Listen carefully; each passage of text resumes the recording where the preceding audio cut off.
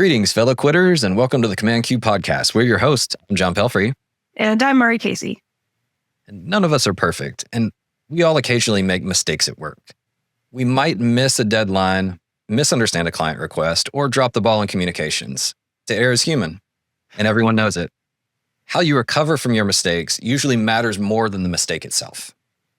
Yes, and if you thought you sent that email, but it turns out you just thought about sending that email, let's talk about how to dust yourself off, fix the problem, and just move on. All right, John, warm up. So do you have any early career blunders that you would be willing to share?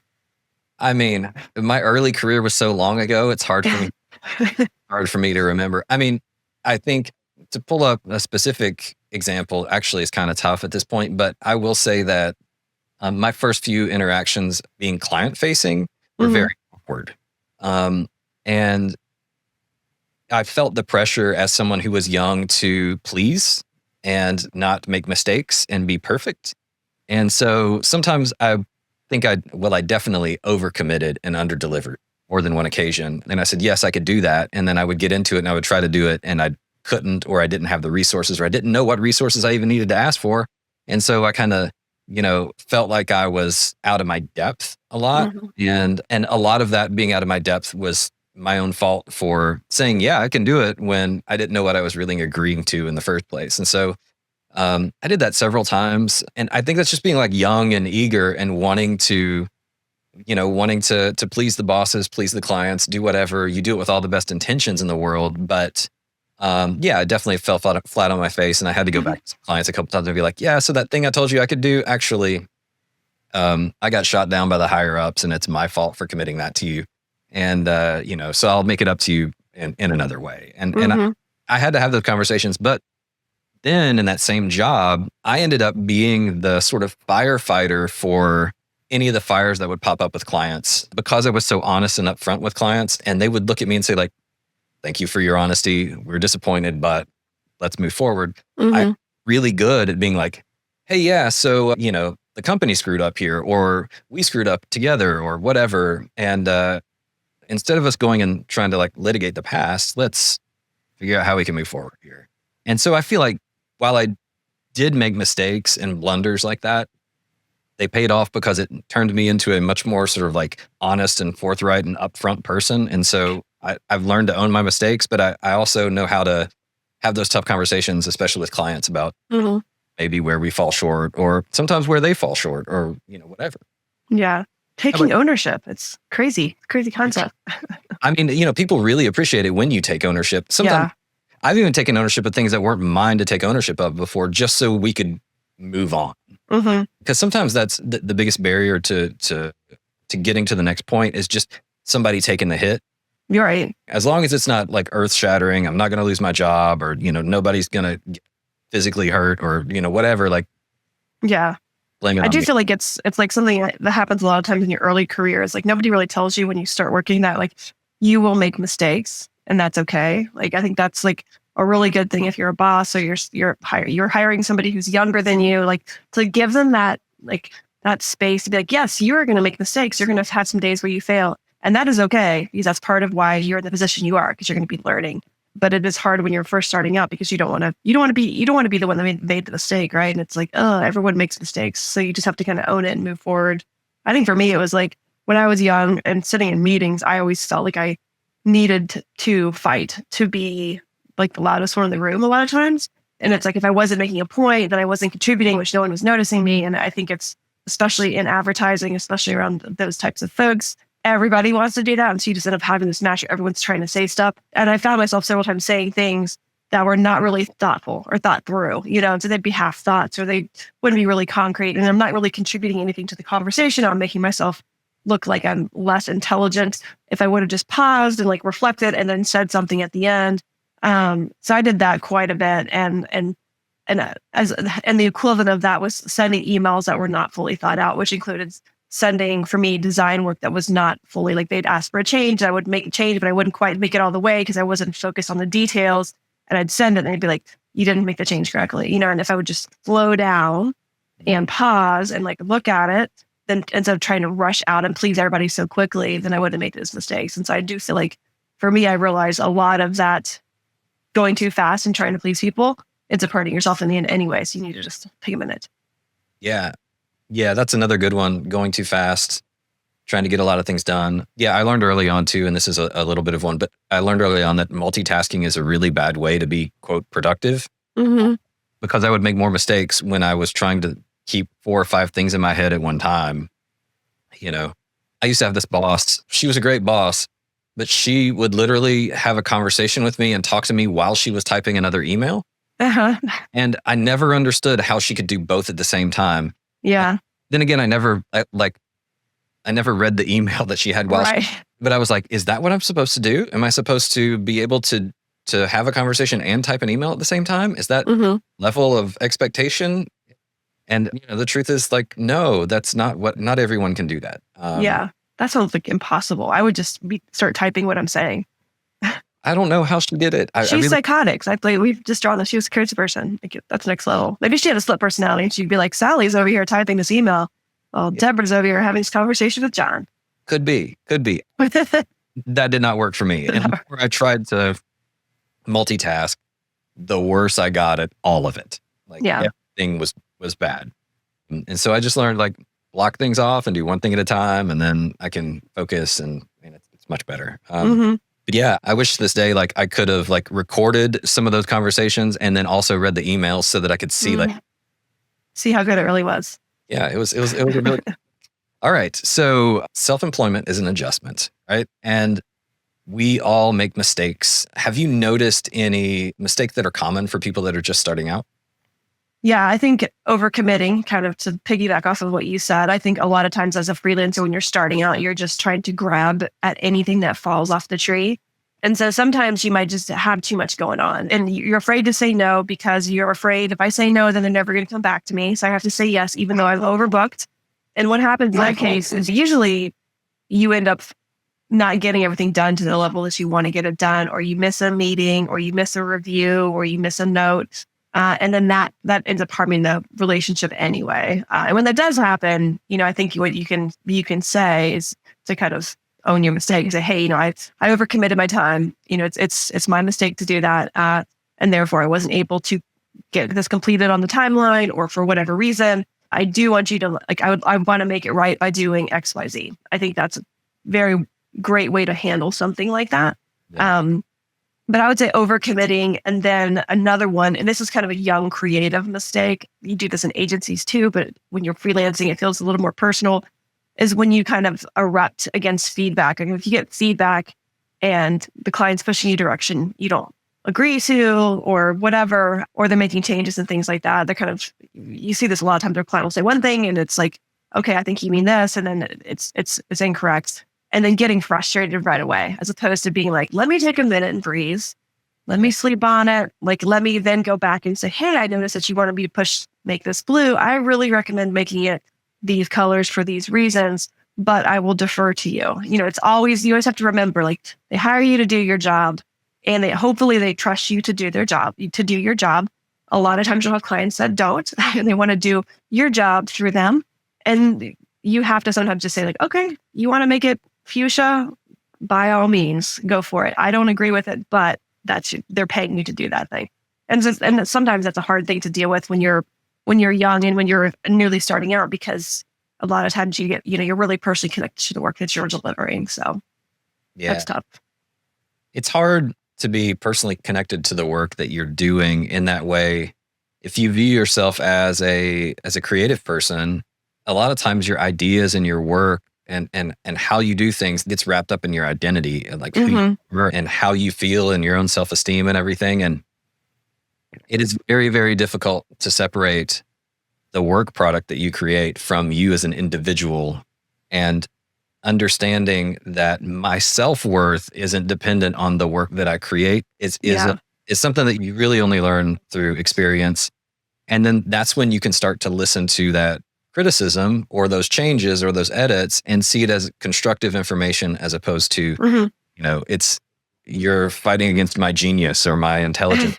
Do this like wonderful thing for you. And I chose these colors because they, whatever reason is, and it's really, really difficult. Like my wife and I talk about this all the time. She went to fine art school. I went to a school that produces a lot of musicians in the sort of commercial music space and the country space and everything.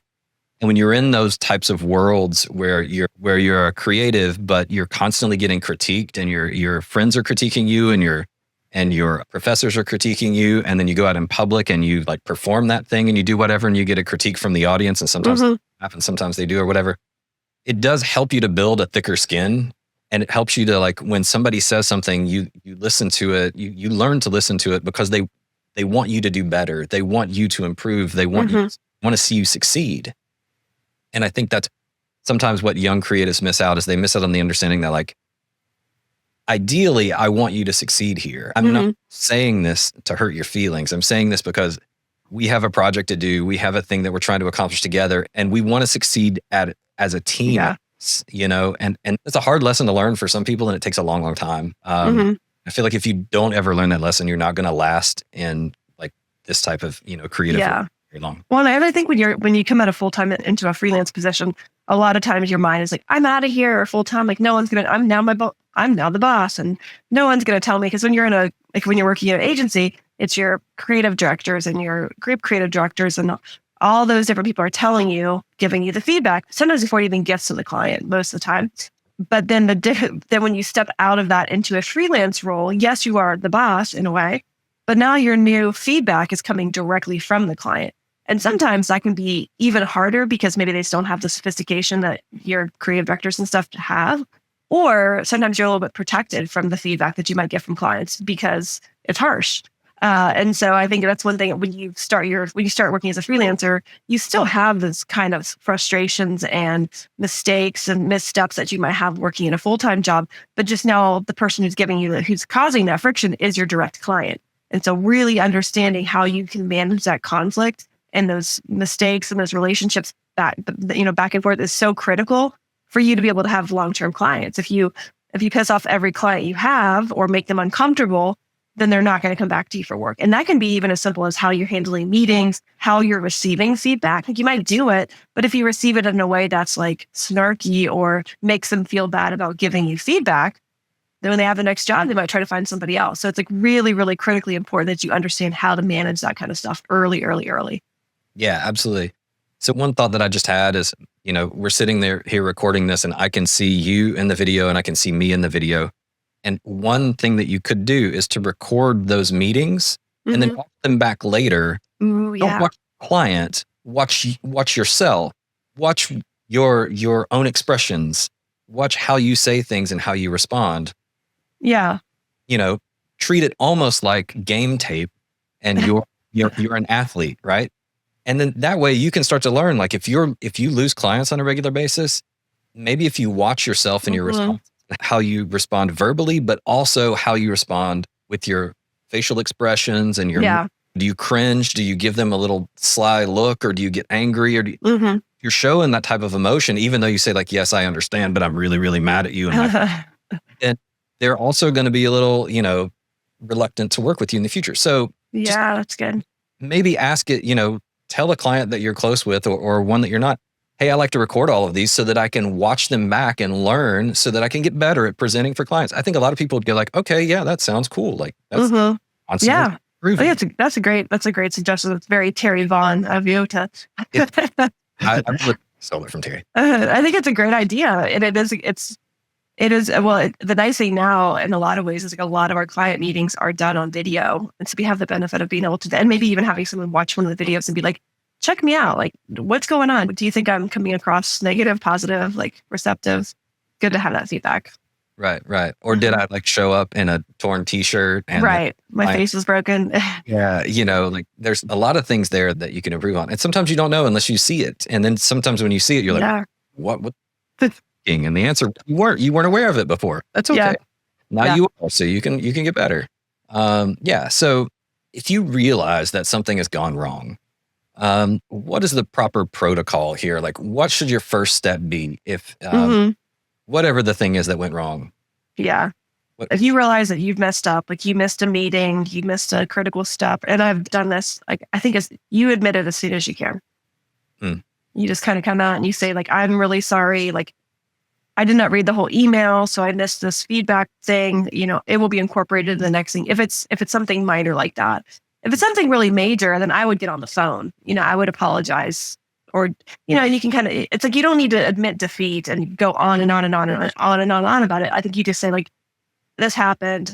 This was my mistake. Like I'm going to fix this by doing blank," and then drop it. Don't bring it up again. Don't talk about it. Don't make it a bigger deal than it is. Just admit it and then say, "This is how I'm going to fix it," and then don't do it again. I think it's like, yeah. And maybe if it's something that you can fix and it's your fault, maybe don't charge the client for that time too. Yeah. Just throwing that out there. As if it's the client's fault and whatever, and you can have a conversation about adjusting a scope, then that would be another way to go. You could approach it from the perspective of we need to adjust the scope because we've had so many changes or different ideas and whatever. Yeah. If it's something that you did and you really screwed it up or whatever, be aware of the fact that like the client's going to know if you charge them an extra 5 hours to fix your own mistake. Right. Probably going to hurt you in the long run. If you admit it. But again, that goes back to your first point, which is admit it as soon as possible. Yeah. Because that will also limit the amount of time that you've spent on the mistake. And as a former project manager, the earlier the creatives would come to me with their like, hey, I'm not going to make this deadline and here's why, or whatever, the easier it was to solve that problem with the client. Closer it gets to the deadline, the closer it gets to an expectation that the client has something that's forming concrete in their brain or whatever. Like the farther you go in that, the harder it is to have those conversations with the clients. Yeah. It also comes down to respecting their time. So if this has happened to us with some freelancers too, where it's like they last minute will cancel something on one of our clients and then our client comes back and is frustrated or cancels stuff on us. And it's also like when you think about people scheduling, they've got other things going on or they're trying to manage other stuff. If you miss a deadline or going to miss a deadline, you don't tell them early, then they've already kind of like they've built their whole schedule around receiving these things and doing that. And if you cancel last minute, then you're kind of like killing their time. And to me, like I think you and I agree, like our time is our most important asset. And when people don't use it wisely, then that's double frustrating. So I think admitting it soon and then doing what you can to rectify it, whether it's giving a refund or whether it is, making a quick change, whatever that looks like, I think is the best way forward. And then just don't talk about it forever. I've had people who have made a mistake and I'm like, it's cool. It happens, whatever. And then they bring it up again. I'll do that next time. And I'm like, it's fine. Like I already moved on. But if you keep bringing it up and keep, beating yourself over the head with it, then it becomes a bigger deal than it needs to be. I say you just like, hey, I made a mistake. I'm really sorry. I'll do my best not to miss a meeting again. Cool. Moving on. Yeah. And also just don't remind the client over and over again of the mistake. Like, it happened. You fixed it. Done. Like, let's not remind them again. Let's reinforce with positive thoughts and work and ideas and remind your client of all the wonderful things that you've done for them. Sure. But just move on. Just move on. Also just best for you. Just move on. Like, everybody makes mistakes. It is part of life. Yeah. Yeah. All right. So it's sort of a question. What does a good professional apology sound like? Well, I'll say there's two different things. I think that if it is a minor thing, like I'm going to miss this deadline, I'm not going to make it, or I got double booked on meetings, so I need to move our meeting. I didn't incorporate those changes because I really didn't read the whole thing through, whatever it looks like. Then I think it's fine to send an email. Just say like, this is what happened. My mistake. Don't say like, oh, it was raining outside. My dog died. This happened. Like, I don't blame other things because, it's like when someone says like, I'm late because there was traffic. It's like, okay, I understand that. But if it's like happens again and again and again, it's like leave earlier. You just want someone to say it's my fault and it's not on you. This is on me. Own it and then say how you're going to fix it and then move on. And that's it. Keep it short. No long stories about how like you woke up with a tummy ache and that's why. But like, I don't care. I need to know that this is a mistake I made and this is how I'm going to fix it. I don't need to know your backstory. If it is a big mistake, like I deleted all the video footage accidentally, we're going to need to reshoot it, or like whatever, I sent the wrong file to New York Times and so the insertion is incorrect and we're going to be fined $500 for late, whatever. If it's something like that, or like you send an email or a text message and you accidentally send it to the client. I've done that. I've copied BCC'd, everybody or something like that accidentally. Then you need to get on the phone or you need to get face to face with them. It's hard to talk to someone face to face, but I think it shows a lot of maturity and it shows that it's the level of seriousness if you talk to somebody face to face. If you can't do it face to face in person, doing it virtually and be like, hey, this was a big mistake that I made and I wanted to get face to face with you and apologize directly. Like that means a lot to somebody. And it's also nice too, because sometimes like if you're doing it, sometimes you don't want things tracked in email. You'd rather be better to go on the phone or face to face. So it's not an email and stored forever. But depending on the level of mistake and how deep it's gone, how many people it's affected, then you can kind of do it depending on that. So email if it's something really simple, phone or face to face if it is a bigger deal. Yeah, 100%. I'm a big fan of having real conversations with real people. Mm-hmm. I even think, if it's really little, email is fine, but anything over little deserves face-to-face conversation. Yeah. If for nothing else, so that they can see your face and see how mortified you are that you made the mistake. Yeah. Creates some sort of sympathy with them that like, yeah, you're really owning this and you you recognize, the problem. Mm-hmm. Sometimes an email can be easily dismissed too. I could get A to write my apology emails. Right? Yeah. That definitely does help. All right. So if it turns out that the client or colleagues on the project had some role in the misunderstanding, so they also it was a failure to communicate, right? Right. The client told you they wanted A and then they really wanted Z. And in between you went through all the iterations of B, C, D, E, F, G, the alphabet. Yeah. And couldn't what do you do then? Like how do you handle that?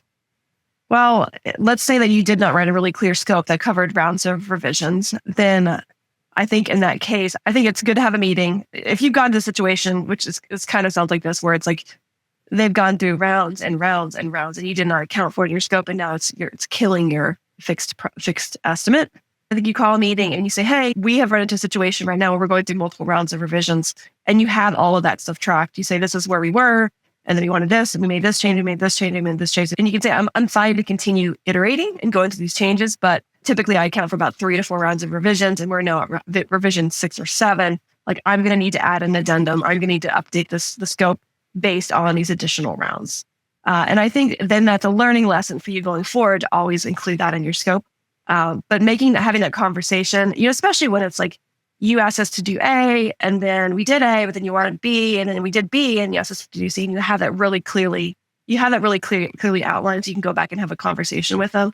If the client comes to you and says, like, I don't know what you're talking about, this should all be covered, blah, blah, blah, blah, then I think you can say, like, I will do, it depends on if you want to retain the relationship with the client. In this case, it sounds like maybe you don't want to work with them again. Then you would say, okay, I'm going to do this until here. I'm going to include another 2 rounds of revisions, and then after that, I'm going to consider this project complete. And sometimes you'll have those situations where it's not going to work out. It's not a good fit. And that's, I think, what we've learned about in the last, years of running a company is that sometimes it's not a good fit and it's not right or wrong. It's just like, it's not a good fit. Personality wise, whatever's happening internally, whatever's going on that side, it is not a good fit long term. And it's okay to separate and be like, this is not working. That's fine. And I think there's smooth ways to do that. I think you say, this just has not been a great fit. I've enjoyed the work we've done, but it's going to be time to end, in this contract now, and I will finish it up to this point and then move on. But that's a really delicate situation to try to handle, especially if the client won't take ownership in the mistakes that they've made. If they do, then usually it's a lot simpler of a conversation. Like, oh yeah, sure, we're now on revision Y. Like we probably can bake in some change orders. Yeah, absolutely. And I think a lot of this has to do too with you're going to learn a lot of that stuff early on in a relationship with the client. How the client operates and functions. Are they clear in their direction to you or are they not? All of those things. And so just one way to avoid this would be to start with something small. Yeah. So some project that is not super important or very consequential, but that you can learn to work together on. Call it a pilot or a test or a trial or whatever you want to, but something that allows you both to learn whether or not it's a good fit or not. And it's not risking a lot of time. It's not risking a lot of budget. If you're able to do that and then learn if you work well or not, then if it doesn't work, no harm, no foul, nobody's, hurt and you can walk away from that situation. The hard part is when you have a brand new client and they sign a big giant contract with you and it's like, maybe a quarter of your estimated income for the year or something. And then you figure out this is not going to work. Then I got to walk away from this and then go find something else to replace it. I might not get paid out for all this contract. I've got an outstanding invoice for them. They might just choose not to pay it. Like, all of those things could be sitting out there, and you're in a real pickle at that point. So Yeah. I do feel like it's like when you start a new client, there's some of those like stopgap things that you put in place early so that you can kind of like, let's test this out. Like, it's definitely harder. Yeah. I think, the times when we've gone like big on building an on-deck team and we do a whole bunch of work, and then so often those are the ones that don't pan out. But then the ones where we like, execute 1 or 2 small projects, we give them like 1 or 2 freelancers and they learn how to work with us and with the freelancers, and then they go into bigger, like that seems a much better path to success for us, as opposed to like trying to like tackle the whole thing, their whole big operational problem all at once, or whatever it is. Yeah. Well, and I think communication, the way to fix communication mistakes, or maybe not fix 100%, but like 99%, is have your processes and things really set up so that you're not defaulting to the client's style of communication. Like, unless they are going to push you that direction, say, this is how I run a project. I do this, we do this, I do this, and give them like the really clear pathway. Like, this is how I like to receive feedback. This is when I'll email you, updates, this, all that stuff. If you can have that outline that works best for you and present that as like, here's how I like to do it, then 9 times out of 10, they're going to be like, sounds good. Because they want someone to guide them. If you let them guide, then that's when it's going to be, it could be a little bit wonky. So if you want to reduce communication mistakes, like set the table for how you want to operate and communicate, and then ask them to kind of join that process. Like, that will help you 9 times out of 10. 100%. And one more thing to go along with that, a small one, is if the timeline gets moved because of delayed feedback from the client, the trick I've always used is to let them know, we expected your feedback on this date according to our original timeline, right? Like, I send it to you, you have 48 hours to respond. If you take 5 days to respond, then at that point, I'm going to say at the deadline, hey, that's cool. It's just the timeline's going to get pushed out for every single day that your feedback is delayed, because I can't, I still have to do the same amount of work, right? I can't shrink my workload, my timeline, my calendar days down. If it takes me 40 hours to execute something, I can't do that in a 2-day time period. Like, that's, right. Yeah.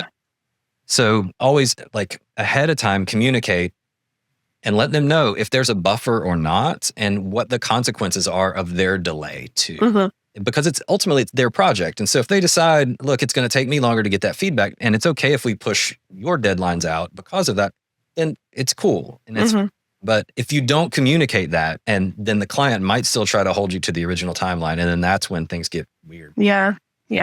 Always communicate proactively. So what can help you stop beating yourself up over a mistake?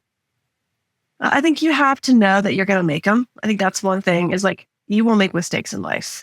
Know that you're going to make mistakes. And so when they come, you're not surprised by them. I think it's like, if you go in thinking like everything I'm going to do is going to be perfection from day one forever, then when you make a mistake, it's like you feel so awful about it. Versus like, if you know it's coming, then it's like, okay, well, this is one of those mistakes. And then you can use it as a learning opportunity. Okay, I did not put the rounds of revision away SOW. That was my mistake. I'm going to have to eat that money that I'm losing. I'm learning from that mistake. And next time, my SOW is going to be watertight with list rounds of revisions included in the scope. It's great. You need those. You will have those mistakes because there's just things that you're not doing. The other part of it too is people will start running their business as let's say a designer.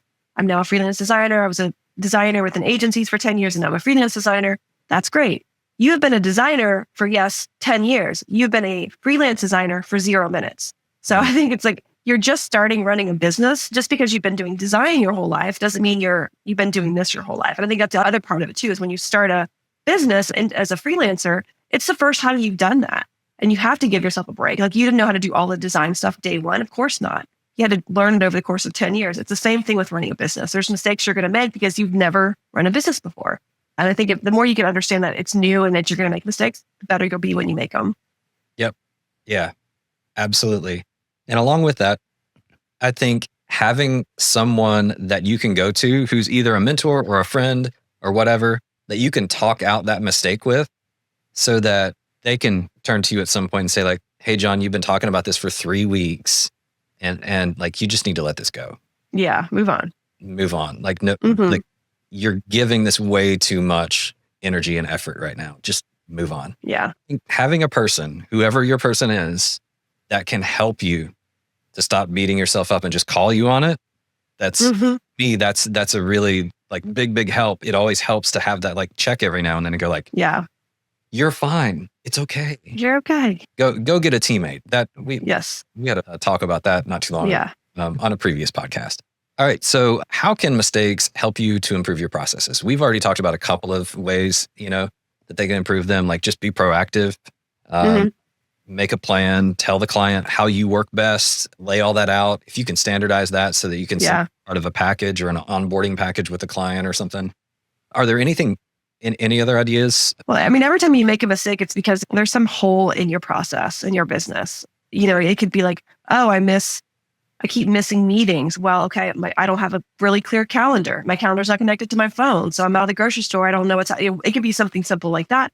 It could be like, I'm getting dinged on, I'm spending too much time on work I'm not getting paid for. Okay, cool. Now I need to go and update my SOW, or I need to raise my rate, or I need to account for email time, whatever that is. Like all these little mistakes that you make early, especially early on, are basically bulletproofing and solidifying your business. And so they're really important to make early. And they're really important to make in kind of lower profile projects because, as you grow and as you get, more developed to get larger projects, it's nice to have those things in place. So it's good because those types of things help to solidify your process. So just those little bitty things, SOW, communication style, having really clear ways to invoice and get emails and things like that is all part of the mistakes you'll make early to make your process better later. I'm going to suggest something here that I actually really hate to do, but I think is probably a good idea. And that is maybe track your time and then go back and audit where you spend. Mm-hmm. I mean, we've done this before in the past. You don't have to track your time every day, all day for everything that you do from now until the end of eternity, but maybe just do it for like a week. Yeah. And track it and see where you're spending your time, where you're not. And then how does that equate to dollars in and dollars out? And then between that and the work that you're doing, you might be able to find a few places where you can find some savings in terms of your time to help you improve. And also maybe some places where you'll see like, I'm spending way more on client A than I am on all of my other clients. Yeah. And so then, but they're actually paying me less than 3 of my other clients, but I spend like 60% of my working time. Like, you'll have a sense of that and you'll start to feel annoyed by it. But until you track your own time and get the data to support it, it's very difficult to put your finger on it and go like, oh, the problem is do a time audit. That's another way to think of it too. And that'll help you figure out what you feel like are mistakes, but you can't put your finger on it. So, lightning round. Did it feel worse to make a mistake as an employee or as a business owner?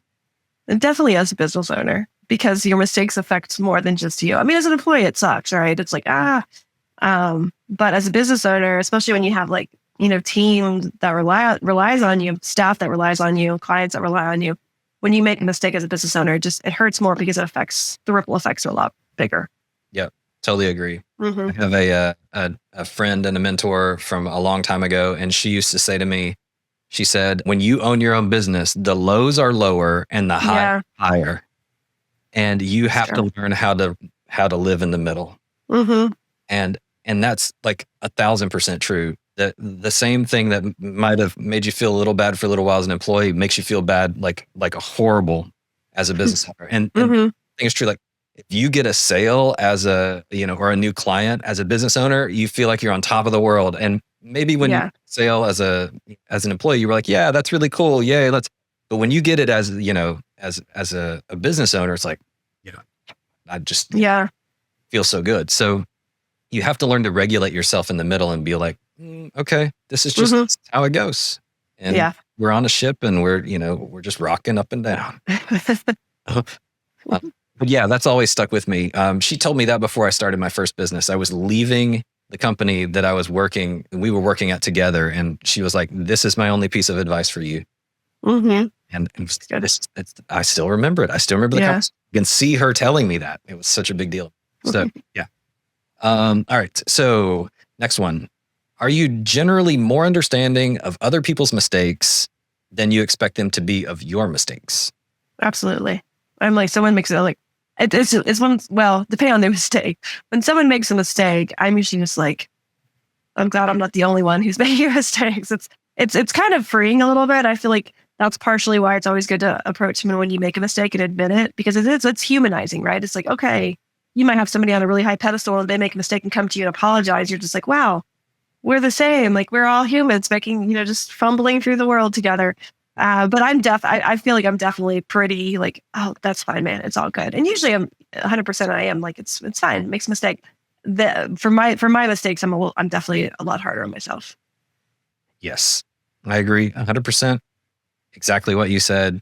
It is rare that someone makes a mistake that I feel so aggrieved that I'm going to hold it over for them, for longer than 15 minutes. Like, Yeah. it would have to be, it would have to be not just a mistake, but a malicious act that you did on purpose to harm me. Those would be the thing, Right. like if you hurt my child, I'm going to hold that over you Yeah. forever. But that's different from a lot of these other Yeah. things. When we're just talking about like general business stuff, it's like, let's get the project done. Let's just get it done. Let's move on. 99% of the time, that's all it takes. All right. So what's the weirdest excuse a colleague or subcontractor has ever given you for a missed deadline? I'm telling you a weird one. Weird. I mean, there's definitely been like sickness. There's been people who have passed away, relationship stuff where it's like, somebody had broken up. I forget, but this was like early. Somebody their girlfriend had broken up with them and they were just too upset. I mean, I couldn't get a hold of them for a couple of days and I was like, what happened? And it's like, they were too upset to like even get up. I was like, okay. And, I've had where it's like people's computers die, where somebody's computer got stolen, like things like that. But I don't think it was anything super, super weird. Like nobody where it's like, oh, yes, a fish fell out of the sky and knocked me out for 2 days. Or like my dog died. I've definitely had like my dog died. And then, you feel, like anything that has to do with like sickness or death or anything, I'm like, by all means, no problem. So nothing like that I could say is super, super weird other than my girlfriend broke up with me and I've been too distraught to come to the computer.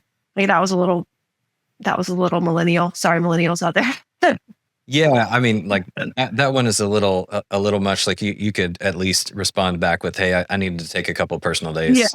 Yeah. All it really takes. You don't That's have to avoid the world, because that just makes things worse. Yeah, I don't have any weird ones either. I mean, most of them are all the same kind of, the same kind of things. It's rare that somebody like comes up with just the craziest story imaginable for no good reason at all. And honestly, like I don't even need to hear why. Like most of if they tell me, that's fine. But if someone says like, hey, I'm not going to be able to make this deadline or this meeting, can we reschedule? Like that's all I need to hear. Based on the people that we work with, because I trust them all. Like I trust them that if they can get it done, they're going to get it done. Or something. And it's one thing if they're like always.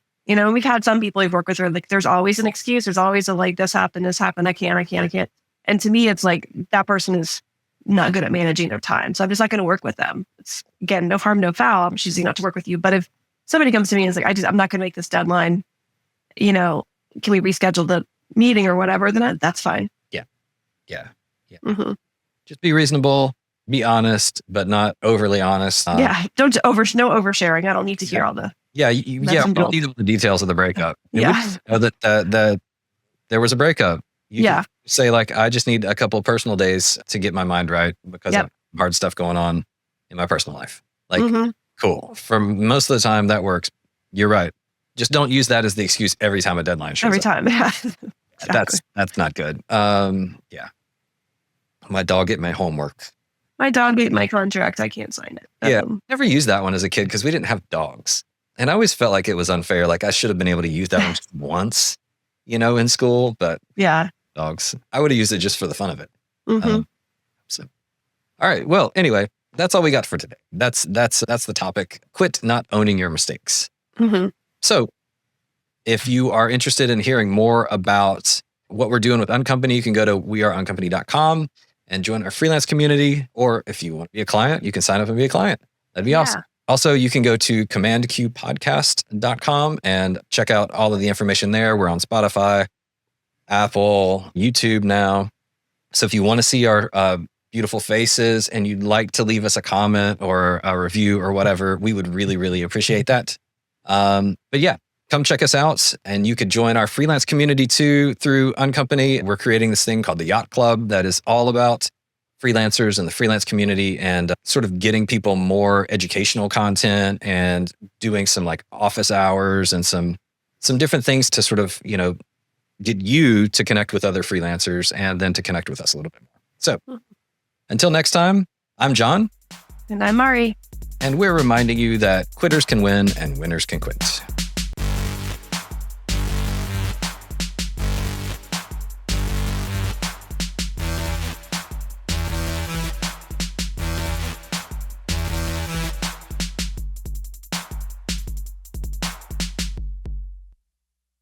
This podcast is for informational purposes only and does not constitute medical, legal, or financial advice.